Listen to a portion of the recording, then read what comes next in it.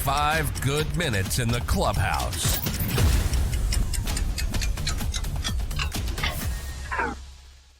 And tonight we're pleased to welcome aboard, evening the balance after having Jacob Kennelly on board. Glenelg 85-86 Premiership explosive blonde-haired wingman, Tony Symonds. Welcome aboard, Simo. Hello, boys. How are we? Good, mate. So Big week for Norwood and Glenelg this week. We thought we'd get some comments on what are your thoughts on this week's grand final? Yeah, well, it's interesting. Clearly Norwood have probably been the best side all year. You know, I thought Sturt were challenging late. But our guys, well, I'm not as close as I used to be to it, but it seems to me that once you've won one, as they have the year before, and a lot of blokes won one 5 years before that, once they get to the finals, I think they feel like they can win it, which is a massive plus. And I'm sure Norwood have quite a number of blokes from 2 years ago as well. But it's almost a matter of switch on again. And as much as we hate to say it, how many times did that bloody Port Magpies mob do it in terms of get to September, reset? Now, I think in this way, while Glenelg have come from the elimination final, you had a pretty soft elimination final where you won very easily. So, and then the Sturt game was a reasonable game, but game flowed back and forth. It wasn't a game of lots of in and under, crash, bash, sore bodies. And I think you got away again on the weekend without an injury. So I think in some ways Glenelg are primed, and you give Hosey comes back like he was going to play the week before, and yet he was crook, comes back, has the run, and look, apart from his kicking for goal, which was interesting. Bit rusty. Yeah, but he was fantastic apart from that. And yeah, he was. It just gets that bloody balance back. My old coach, Graham Corns, was always more concerned about a player coming back second game up rather than the first. Well, Norwood have showed that by not playing Panos last week, Yes. So it's sort of an interesting look, and someone's going to be right and someone's going to be wrong. But, it gets back to the individual. Racehorse parlance, a lot of horses win first up and they're a bit flat second up. So who really knows? Yeah. But I, in some ways, I think, two great sides are playing each other in a great grand final, and historically they've been strong clubs, and hopefully they get, 30, 35,000 Yeah, people exactly. I bloody hope so as well. And look, you go through that side, Matthew Snook, Bell, Corey Lyons, Matty Allen. There's some, I thought Cole Gerloff, actually, I was surprised when I looked at the stats after the game that he only had 12 touches, because I thought his game was more influential than that. It's funny. I thought it was a very important, classy 12 touches. I watch him quite closely because he's a wingman, and you sort of watch what these guys do, and he's been an amazing pickup, and he looks like he enjoys the big games. Yes. And he's very damaging. And, Glenelg, from what I've seen this year, they leave him and Curran on those wings. And the traditional wide wingman. Yeah. Curran plays a fairly strong defensive role, sneaks forward. He's just a class player. Yeah, he's a good player. He's incredible, really. And Gerloff's just so damaging, and obviously played at Norwood previously. So interesting day for him. I think he's being used better at Glenelg on the wing. At Norwood, he was more the half-forward pocket. And I actually think he's been used better at Glenelg, as much as I hate to say that, Simo.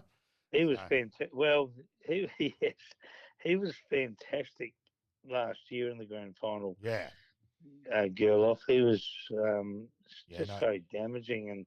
And, you're late blokes from different eras at times when you're my age, I guess. Yes. Like Peter Maynard back in the 80s, every time he got the footy, he was damaging. And Cole Gerloff's, the same, I think. So, it's going to be, I think it'll be an excellent grand final. Glenelg got a lot of experienced guys, but so have Norwood. Yeah. So it's going to be, I think the SANFL would be quite pleased with the matchup. And look, it's Harry Boyd's been incredible this year. I think it's been the most dominant season we've had. I'm saying as a Norwood player since Michael Aish in 81, and it's just been incredible to see a ruckman dominate that much. It's like how Super did for you quite a few times, and Davies, Button. It's almost been a step back in yesteryear of a ruckman dominating the year, and look, he's a quality guy too. I love the guy in terms of last minor round game, the Inclusive League Grand Final was on after the Nord game. Nord have won. They've secured the minor premiership. What's Boydie doing? He's making sure he's giving all the Kilburn guys a high five as they ran on the ground. He truly gets life, Simo. He came along, helped Nord on the Friday night build the banner before 22. And I said, Boydie, what the hell are you doing here? He said, look, Malcolm, I'll only be home and nervous and that. I might as well get out and help. And he goes, and I know how much this means to some of these guys. So I've got a lot. I just love him as a footballer, but he's even a better bloke. Yeah. Well, I've never met him, but I mean, the modern day footballer is probably a better model of a person than the guys were back in I think my it's era more, in a lot of ways. Yeah. They get it.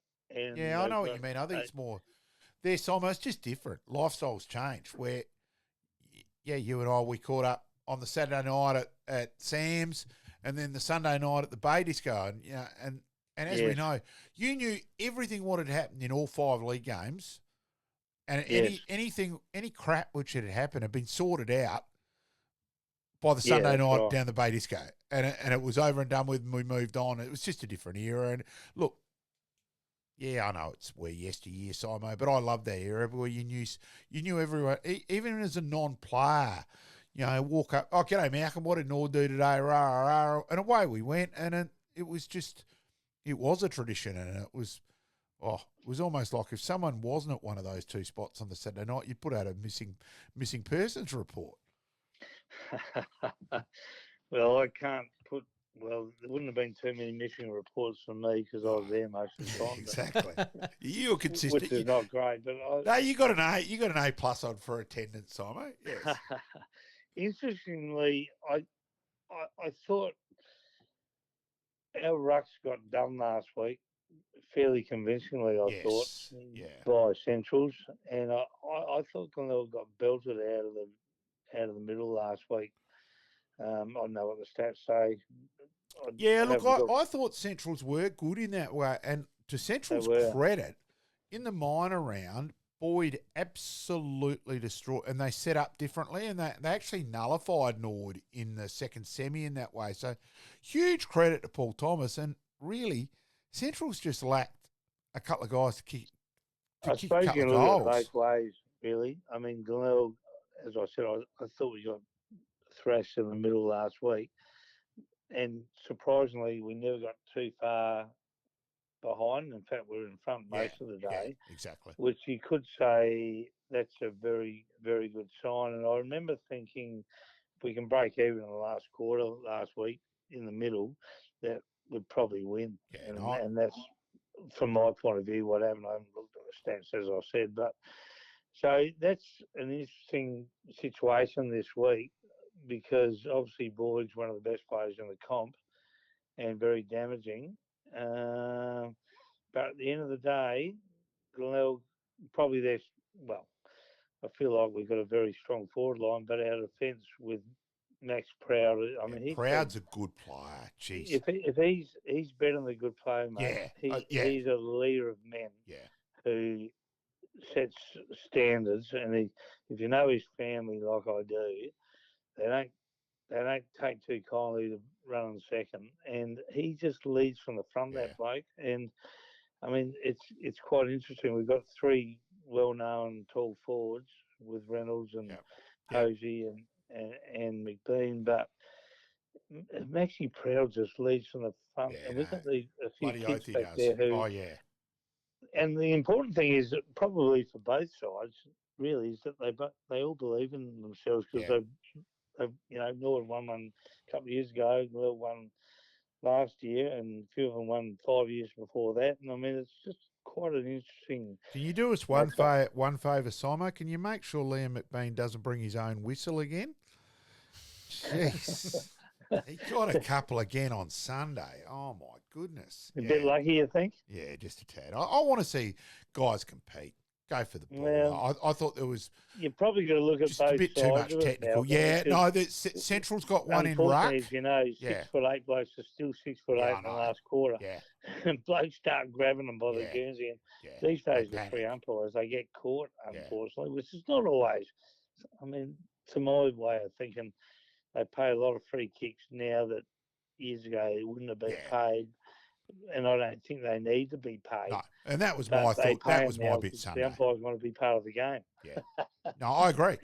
Totally. And that's coming from an umpire. I thought Sunday's game was just over umpired in general. Yeah.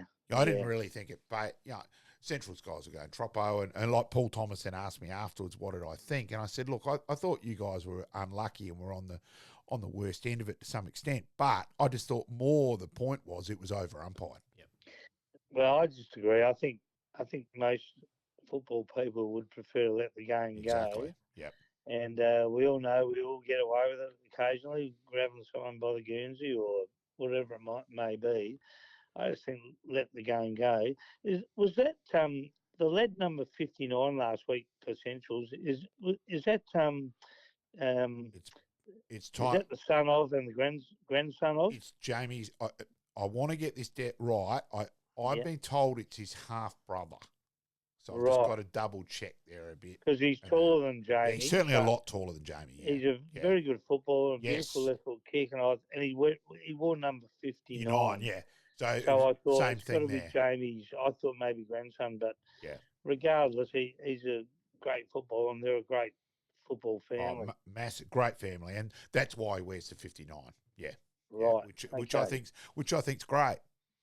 So do I. Let's be honest, it's a different number too. It's more it's nearly an Adelaide Uni 3-digit number. I hope, almost. He's working. I just hope you're not going to bring up the last time Norwood played Glenelg in the grand final, because and I'm sure you know this back in front of you blokes, but I played in that game as a 20-year-old. Yes, I knew you did. And we lost by just over 10 goals, which was a sad day. It was a great day. I was going to bring it up, but you did it for me, mate. A great day. Yeah, we still die. Rick Neagle's still dining out on it. I know every time I see him, I've got to keep admitting that I know he kicked 6 on us from nowhere, and he played a great game. Rick is a beautiful man, as you know. But I mean, two of the great long-term SANFL clubs, and back in the 80s, obviously, the big four were Port, Sturt, Glenelg and Norwood, and played a lot of grand finals. So it's sort of, it's good for the comp. I really do. And a bit of a nostalgia where we brought up Rick Neagle, but the pure iron, a bit of irony and a bit of what's more important in life, that you had David Holst and then Rick Neagle take over from him, the leader of Dignity for Disability, and just two quality individuals who've had their share of heartache in terms of life not being easy, but both put others in front of the and truly get it, both of them. No, two great fellas who added a lot to it. SANFL football over many years. Yeah.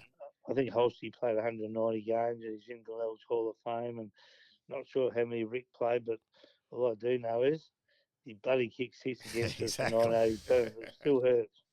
Exactly. Well, mate, should be a ripping contest on Sunday there. I'm sure you've got a vantage point already picked out at Adelaide Oval there. Yeah. How many of the Magnificent Seven will be together on Sunday, mate? Not that many of us. We've all got stuff on in different ways, but I can guarantee you all 7 will be watching it. Yeah, absolutely. A few in Melbourne. Peter Maynard can't make it over. Stephen can't get over. He's stuck in Melbourne as well, and maybe catching up with Bone. That'd be good. But I saw Bone last week. We had him speaking at the Highway, and he was just magnificent. There's not too many better public speakers than Chris these days. It's incredible. And no, we've all got a bit going on, but I can guarantee we'll all be watching and hoping, as you guys will be. Thanks, Tomo. Thank you very much, mate, and good luck on Sunday. Greatly Good on appreciate you, it, boys. Tomo. Nice talking to you. All the best. Cheers, mate. Thanks, mate. In this crazy world we live in, we all need the distraction. Enjoying the show? Like, rate, and subscribe. Hook up and connect with us on social media at Sportscast SA. We'll see you next time on Game On.